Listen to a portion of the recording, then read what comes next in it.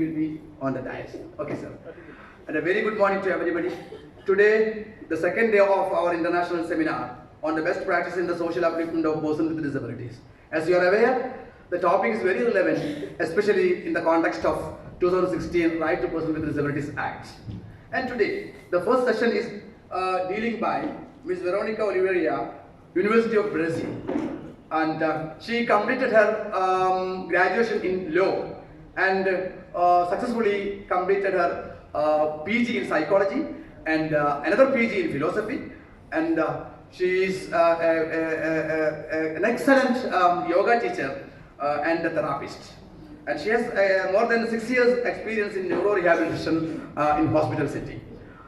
Even though she looked very young, chronologically, she's so much experienced in various fields of life. And we are very proud of such a guest with us. And I have acquainted her not only from here, but various situations in the academic carnivals. Especially, she was invited to Mahatma Gandhi University the last 6 months back. And the link in between all these specialists or all these scholars is nothing but none other than Professor Dr. Amin Ali Jamal. So I wholeheartedly invite Dr. Amin Ali Jamal and Ms. Veronica Oliveira and also our guest Urok Malik to this auspicious occasion, that is Academic Carnival, the first session of the second day. And today, Veronica is going to deal issues faced by professionals in the social upliftment of PWDs.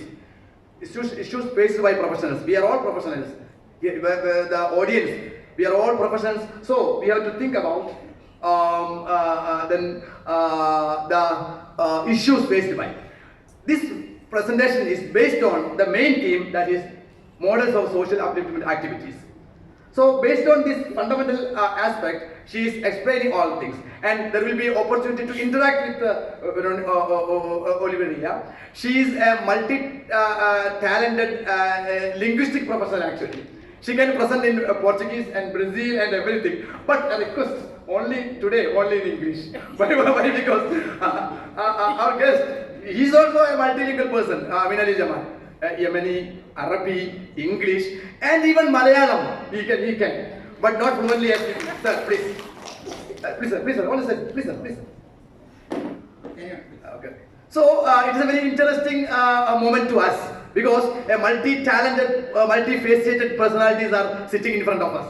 They are going to interact with we people very fluently, and even they can identify, they can observe your personalities, even without language which we know. So don't think that they are not aware about Malayalam language, they may not be able to understand our language like that. No, they can easily, again, she is a PG holder in psychology. Psychology and philosophy, when these two important disciplines are get together, it will be very, very, that means output is very high. So that she is going to present the paper on this based on the models of social upliftment activities, and she will also talk about some issues in this regard. So I invite first Dr. Amin Ali Jamal to chair this session on this particular topic in which Veronica is going to present her topic. And I again invite Dr. Veronica to present her paper. I once again welcome all you professionals to this session.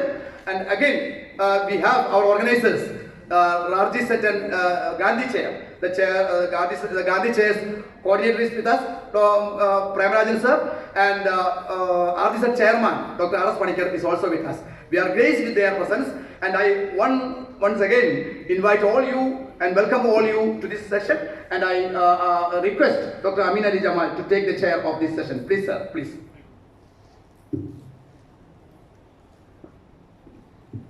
Good morning, everyone. Namaskaram. So we will start our session today by the presentation of Veronica, and her topic, as you can see from the slides, she will present on the models of social activities. And in order to invest our time, I will request Ms. Veronica to present her topic.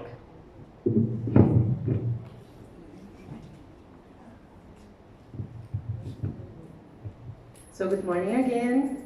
I will be downstairs, okay? Because I need to pass these slides.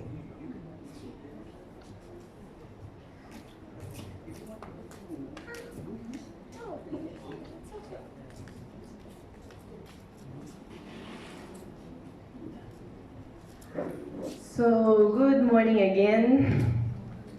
Are you sleepy? Good morning. Oh, nice. Now it's much better. So, thank you so much for the invitation. Dr. Mustafa, thanks for the very sweet and kind words. I don't think I look that young, but okay. Thank you. So let's start. I hope you can understand. And if you don't understand something, please let me know, okay? I will try to speak slowly, so it will become easier for all of us. So this topic is very, very nice for me to talk about. I have experienced some personal and also professional things in that type of research and all. So that's why I was saying that it's very nice for me to talk about that, not only because what I studied, but also because what I lived. So I will talk about a little bit of these informations for you too. But we will start with the theoretical part, the technical part. So I will use my PPT slides so you can understand it better, because everything will be read there. Yeah, it will be wrote there. So let's start. The topic is models of social upliftment activities, international perspectives. So I will start with some concepts about this topic, so you can start understanding from the very beginning and conceptualizing that, for we start from the ground and after we go more deep. So to start that, we need to understand why we are talking about and what means person with disabilities. So you give some concepts, and if you want, you can take pictures, write it down, it's okay, don't worry. So to start, World Health Organization define persons with disabilities in these two concepts, dividing these two. First one is impairment, that they say it's a problem in body function or structure.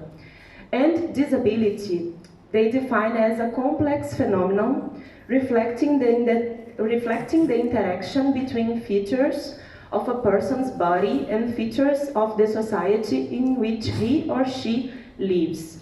So from the first point, we can understand disability as a connection between the person and the society.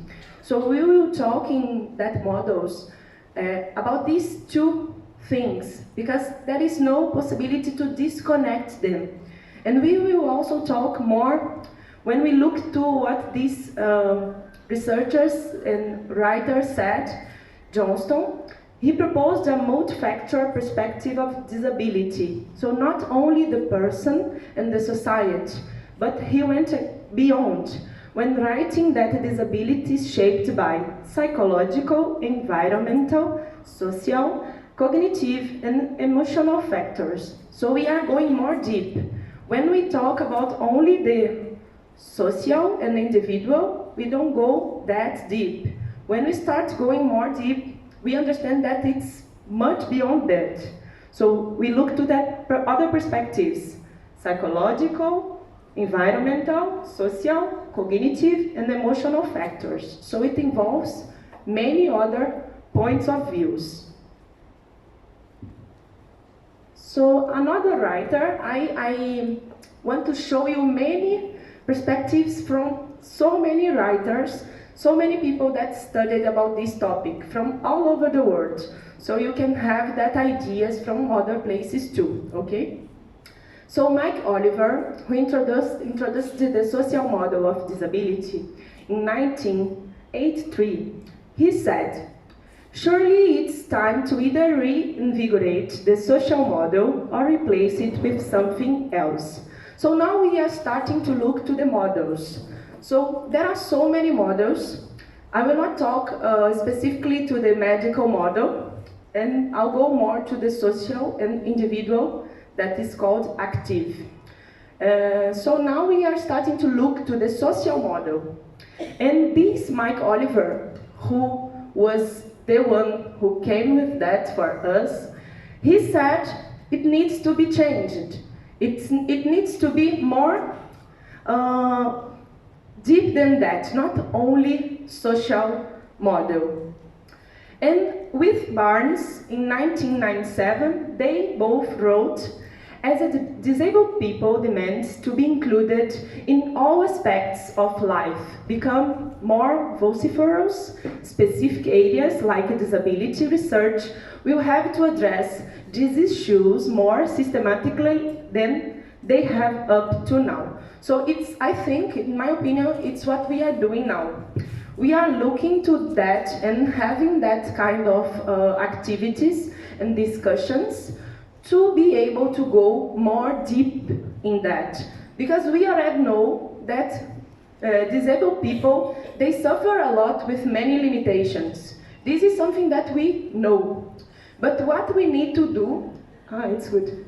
What we need to do is now try to find solutions. So we are aware about the problem. This is a good start point. So now we need to discuss and try to find how to change it. So even the creator of the social model, he say it needs to be uplifted.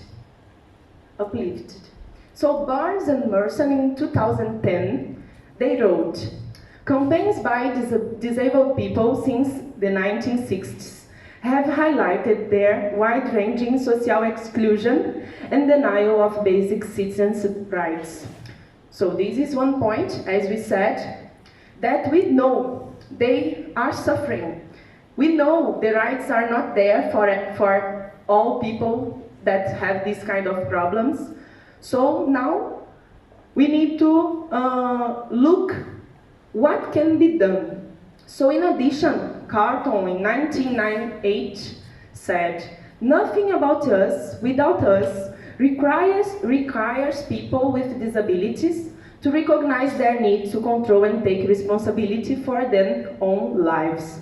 So with that, we start looking for the responsibility that I think is very, very important for all of us, not only for who has disability, but for people who don't have disability too.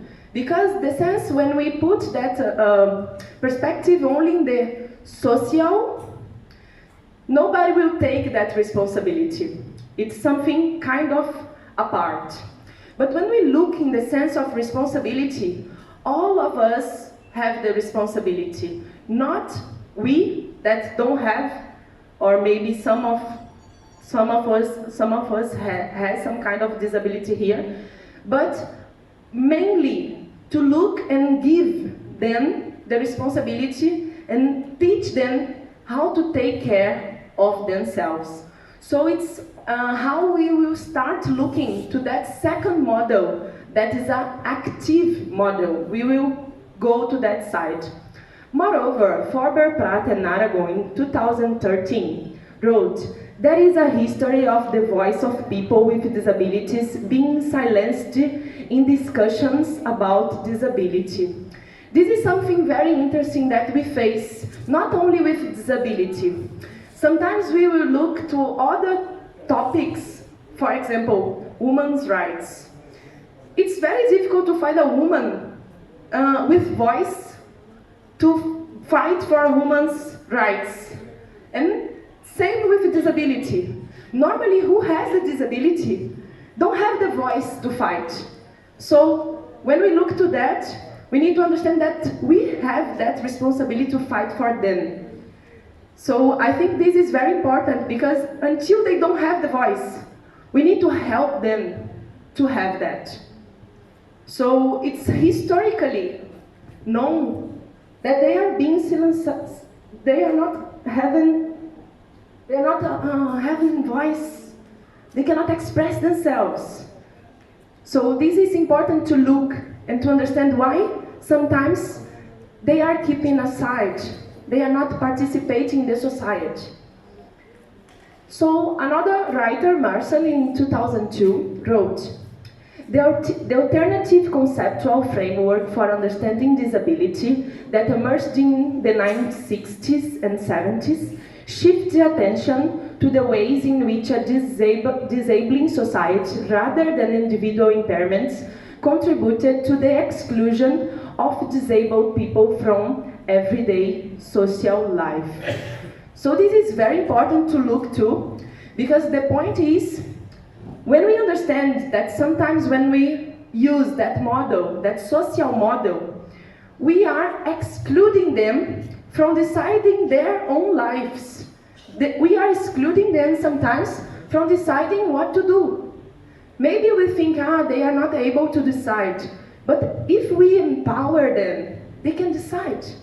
They can do anything.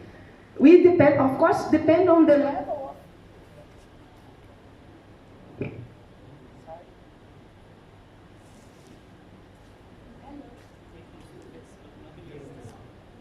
Hey, now. Of course, depend on the level of the disability. Some of them, of course, they will not be able to do everything alone. But for example, the other day I was talking in Kottayam, I was talking about people with difficulties to speak, to talk, because they have any problem, any kind of problem they cannot express in words. But they understand everything. So when some there are some kind of computers, not a computer, but there are some ways they can they can speak through that computer, or sometimes they can write. There are many ways. They express themselves and they say, I want that. So if nobody gives them that opportunity to express, how can we know what they want? So it's not because they don't want anything. It's because they don't have the opportunity to express. They don't have the opportunity to show what they need and what they want.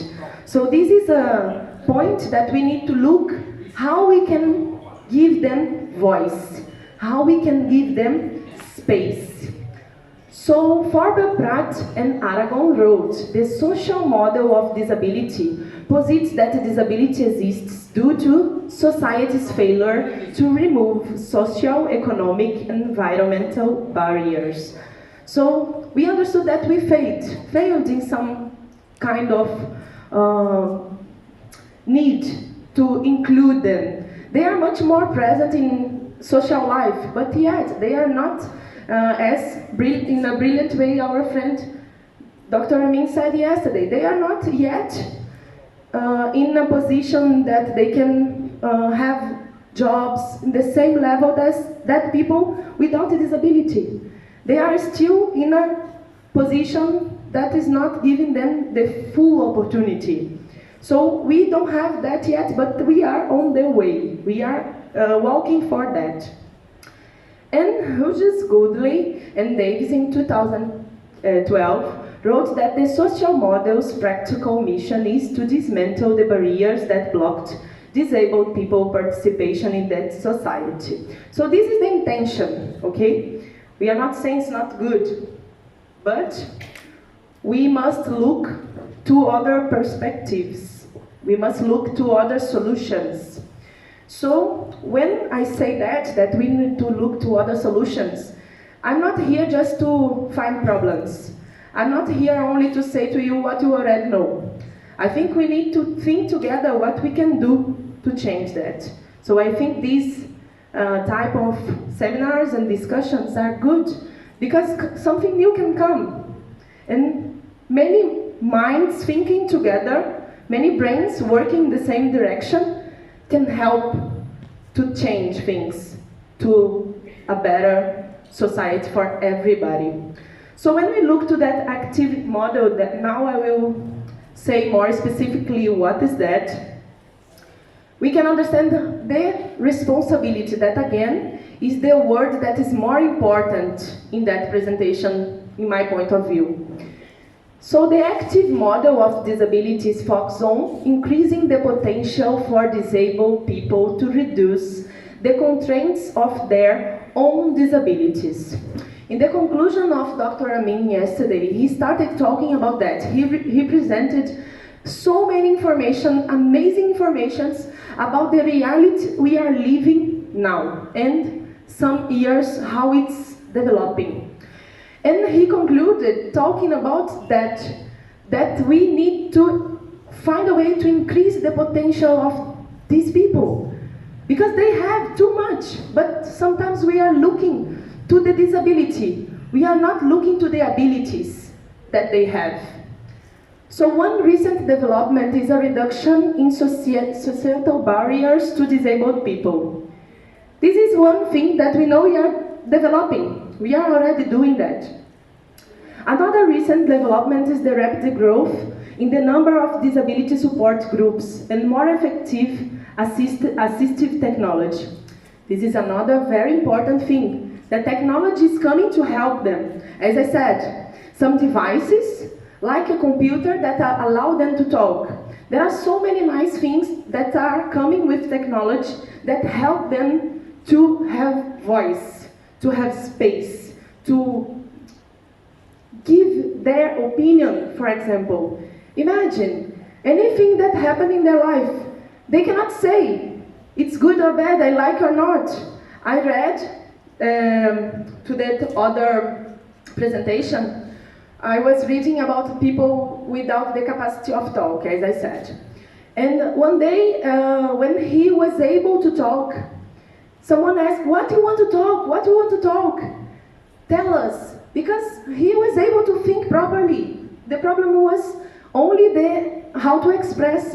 And everybody was thinking he was going to say something amazing. And it was, but we were expecting something different. And he said, please, don't give me more potato. Because every day he was eating potato and he didn't like potato. And he was not able to express that. Because he was not able to say things. So it looks simple. Your preference, your food, anything. So when they don't have the opportunity to express, it's even difficult for us to help them. Because we are helping in a direction that we think they need. But we are not aware really if it's what they need.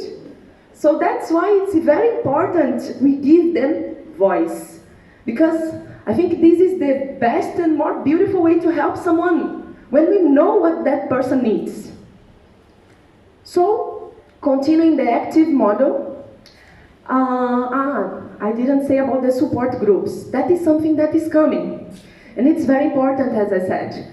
Because when you put people with disabilities together, they will have the opportunity to learn from people with disabilities too. Sometimes that person has disability longer and develops some ways to do something that other person that is kind of new in that disability don't know how to do. So they can help each other. They can understand with the other person with the same problem how to do something in a different way. So the support groups, of course, is good because they will be with people that can help them and even with people that are similar than them. Because when disabled people stay inside home, as Dr. Amin said yesterday, they don't see other people like them. So they feel different. They feel they are nothing. They feel they are bad.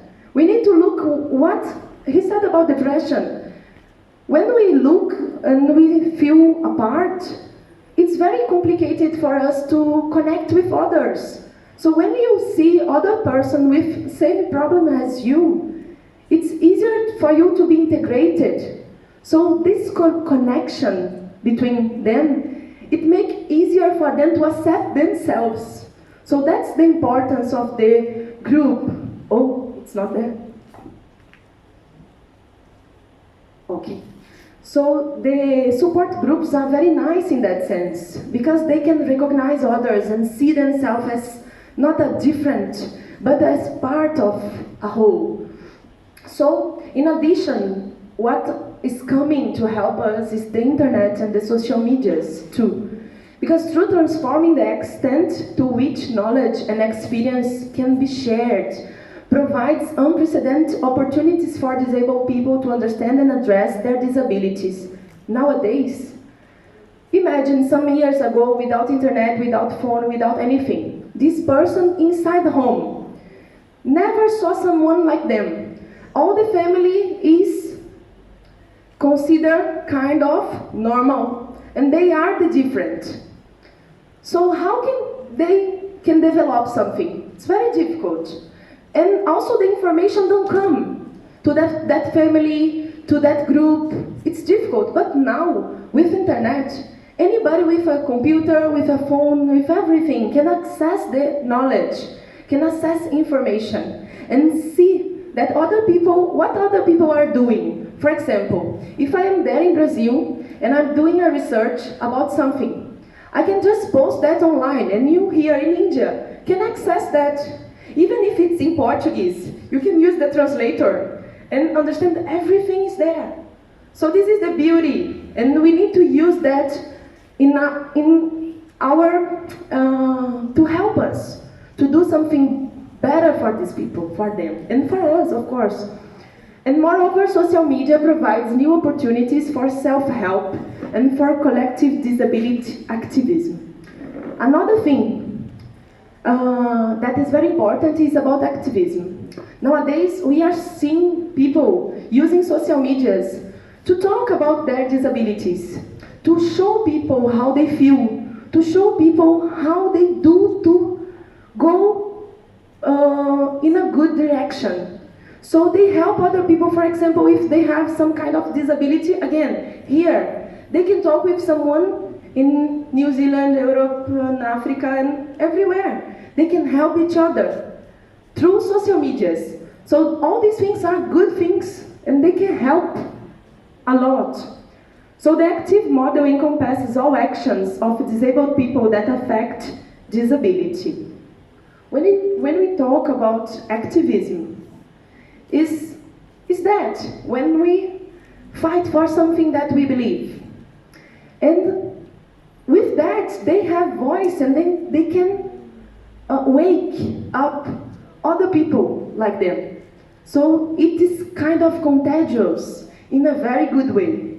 That they think, okay, that person with that disability is doing that, doing that, doing that. Even in sports, we see that.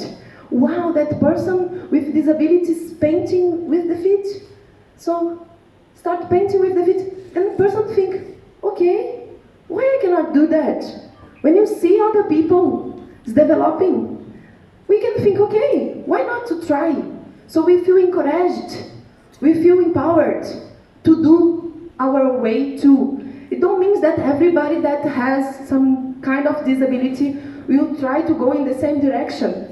But the whole point of the active model is to find their own way.